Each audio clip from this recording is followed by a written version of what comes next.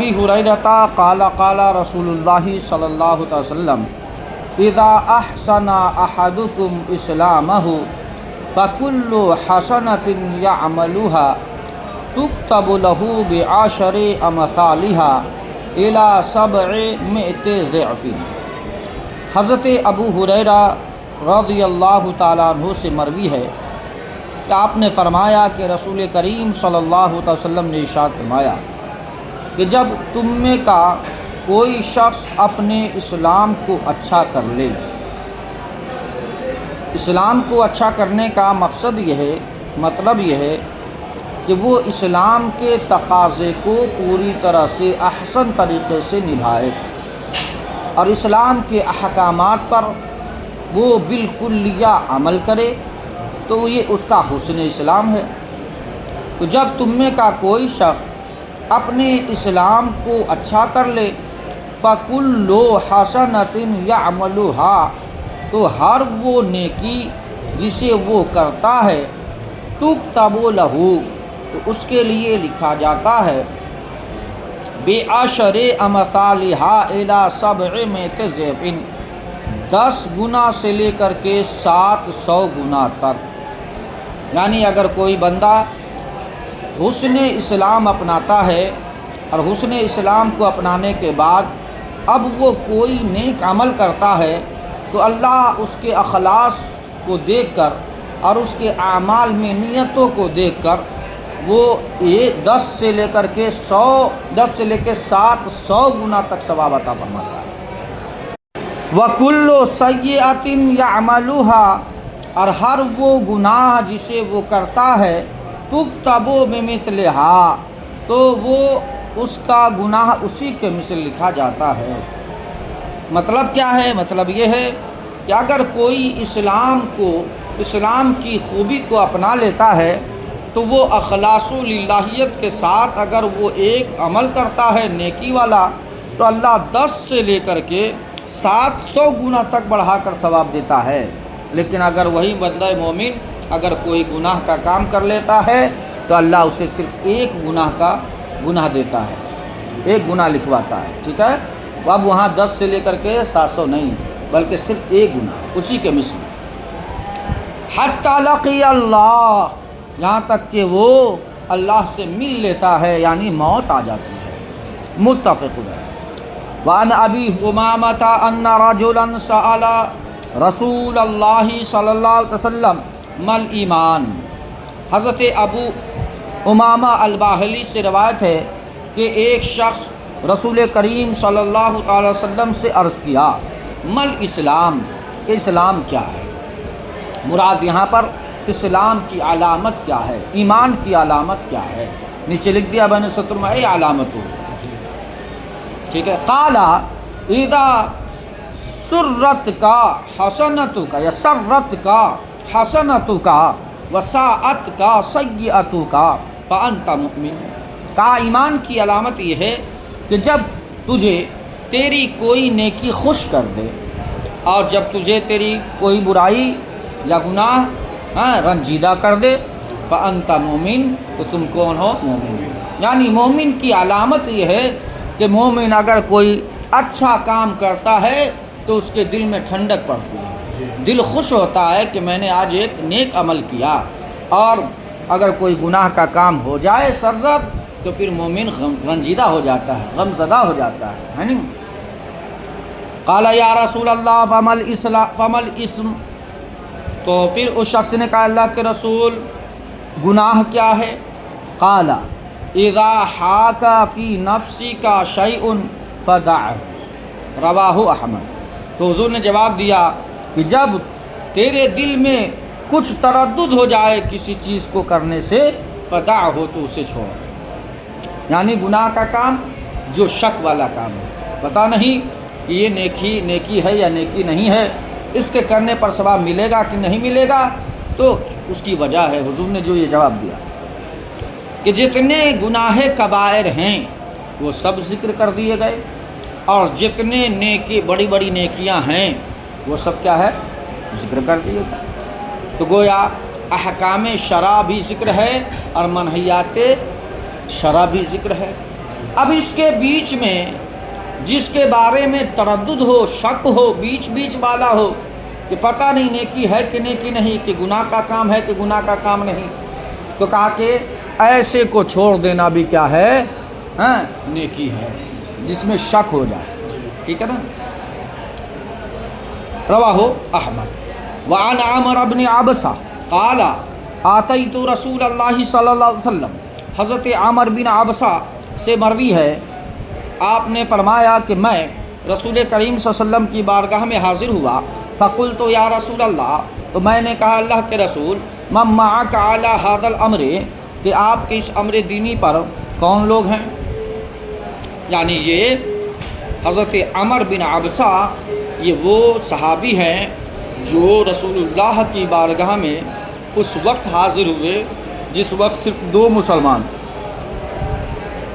صرف دو، ایک غلام حضرت زید بن حارثہ ہیں اور ایک آزاد یعنی حضرت ابو بکر سے، ٹھیک ہے؟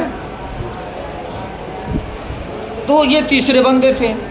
تو یہ آپ جب آئے تو کہا حضور آپ کے اس امر دینی پر جو آپ نے ایمان اور اسلام کی تبلیغ کی ہے، اس پر کون کون لوگ آ گئے ہیں؟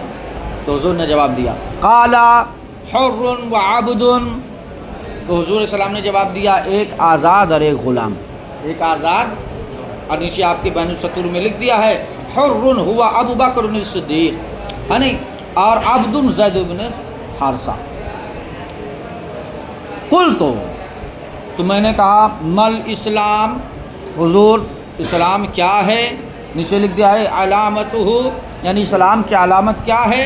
قال طیب الکلام و اطعام الطعام، تو حضور علیہ السلام نے فرمایا اچھی بات کہنا کیا ہے؟ اسلام ہے، اور لوگوں کو کھانا کھلانا یہ بھی کیا ہے؟ اسلام۔ مراد یہ ہے کہ یہ اسلام کی خصلتوں میں سے، اور سوال کا مطلب ہوا مل خصلت من خصال الاسلام، تو حضور اس اسلام کی خصلتوں میں سے کون کون سی خصلتیں ہیں؟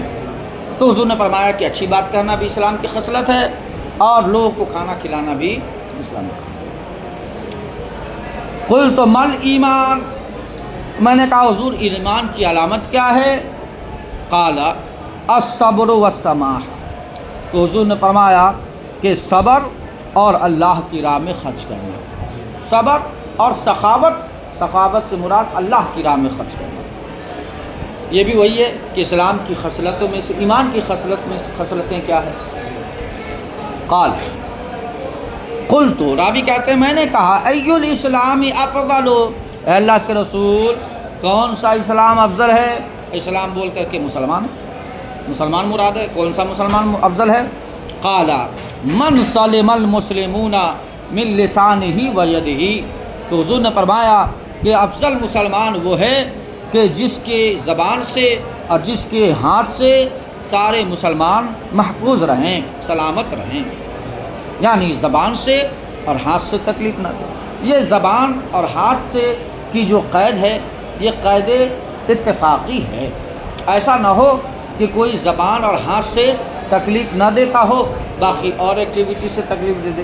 مراد یہاں پر یہ ہے کہ زبان اور ہاتھ سے تکلیف دینا یہ عام شائع و ضائع ہے، عادی طور سے عادتاً لوگوں کی عادت یہ ہے کہ جب کسی کو تکلیف پہنچانا ہو تو یا تو بول کر یعنی زبان سے تکلیف پہنچاتے ہیں یا ہاتھ سے، تو یہ عادت کے طور پہ بیان کر دیا گیا، ایسا نہ ہو کہ ہم بولے بھی نہیں، ہاتھ بھی نہیں چلایا اور تکلیف دے دے اپنے ایکٹیویٹی سے، جیسے کہ آج کل سیاسی لوگ کرتے ہیں۔ سیاسی لوگ نہ آپ کو بولیں گے، نہ آپ کو جواب دیں گے، نہ آپ کو ہاتھ سے، وہ کیسے کاٹیں گے آپ کو وہ سیاسی لوگ جانتے ہیں، نہیں سمجھے؟ تو کہا کسی طرح سے، مراد یہ کہ کسی طرح سے بھی مسلمان کو تکلیف دینے والا مومن کامل نہیں ہوتا۔ قال قلت ای الایمان افضل، پھر میں نے کہا حضور کون سا ایمان افضل ہے؟ قال خلق حسن، تو حضور نے فرمایا عمدہ اخلاق والے، کون؟ عمدہ اخلاق، یہی کہا ہے ایمان افضل ایمان ہے، اور جس کے اندر یہ چیز خصلت پالی جائے تو وہ افضل مومن ہو جائیں گے۔ قال قلت ای الصلاۃ افضل، تو پھر میں نے پوچھا حضور کون سی نماز افضل ہے؟ قال طول القنوت، نیچے لکھ دیا بین سطور میں ای القیام والقرات والخشوع، یعنی مراد یہ ہے کہ سب سے افضل نماز وہ ہے جس میں قیام لمبی ہو، قرات لمبی ہو اور خشوع و خضوع ہو۔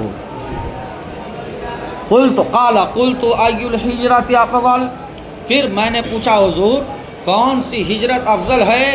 تو حضور علیہ السلام نے فرمایا ان تہجر ما کرہ ربک، کہ تو ہر اس چیز کو چھوڑ دے جس سے رب ناپسند فرماتا ہے، اسے ہی ہجرت ہے۔ قال فقلت ای الجہاد افضل، پھر میں نے پوچھا حضور سب سے افضل جہاد کیا ہے؟ قال من عقر جودتہ، یا اگر مجھول پڑھیں گے تو جودتہ یعنی نہیں جوادہ ہے، کیا ہے؟ جوادہ۔ قال من عقر جوادہ واحرق دمہ، جواد بولتے ہیں عمدہ گھوڑے کو، عمدہ قسم کا جو گھوڑا ہوتا ہے نسلی، اسے وہ جواد بولتے ہیں، ٹھیک ہے؟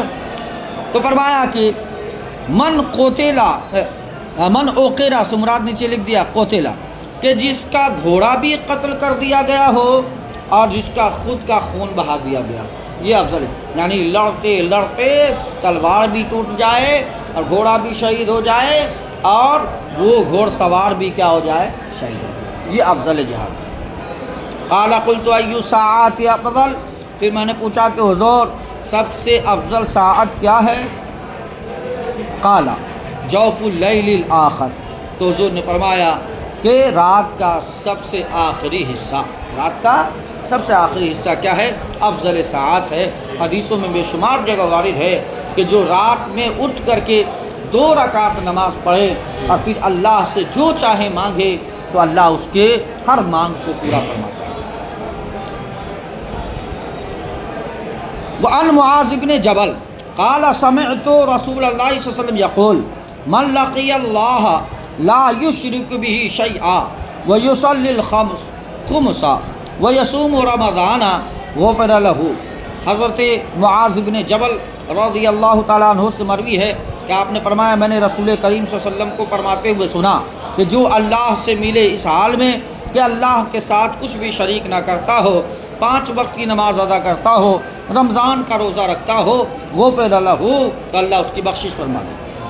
قلت افلا ابشرهم یا رسول اللہ، تو حضرت معاذ بن جبل نے عرض کیا یا رسول اللہ کیا میں صحابہ کو اس بات کی خبر نہ دے دوں، خوشخبری نہ دے دوں یا رسول اللہ؟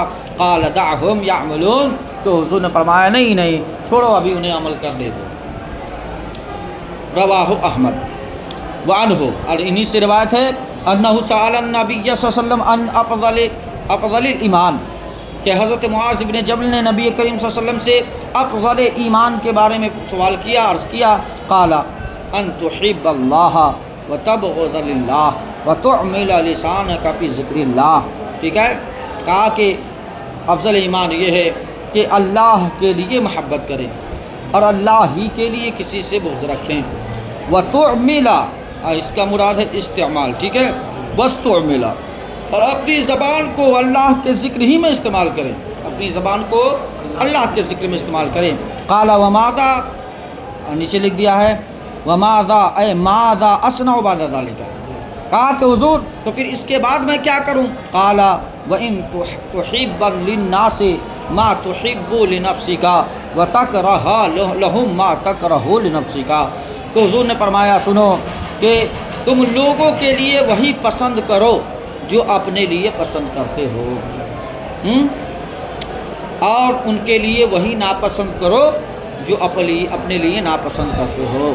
کہنے کا مطلب یہ ہے کہ تم اپنے لیے پسند کرتے ہو کہ جنت میں جائیں تو لوگوں کو بھی جنت میں لے کے جاؤ، اور تم اپنے لیے ناپسند کرتے ہو کہ جہنم میں جاؤ، اللہ کے قہر و غضب سے بچو۔ یہ تم ناپسند کرتے ہو نا کہ اللہ کے قہر و غضب میں پڑ جائیں، تو اسی طرح دوسروں کو بھی اللہ کے قہر و غضب اور جہنم سے بچاؤ۔ بات سمجھنا؟ اور ایک جو سیدھا سادہ مفہوم ہم لوگ سمجھتے ہیں وہ یہی کہ کوئی بھی چیز ہو، جو چیز آپ اپنے لیے پسند کرتے ہیں وہی چیز غیر کے لیے۔ اس لیے جو اہل صفا ہیں اور اہل تقا ہیں، اہل نقا ہیں، وہ اپنی وہ چیز جو ریجیکٹ ہو جاتی ہے وہ فقیر کو نہیں دیتے، وہ دوسرے کو نہیں دیتے، ٹھیک ہے نا؟ کیوں؟ اس لیے کہ جب میں اسے اب پہننا پسند نہیں کر رہا ہوں تو پھر حضور کا حکم ہے کہ جو اپنے لیے ناپسند کرو وہی دوسرے کی. لیکن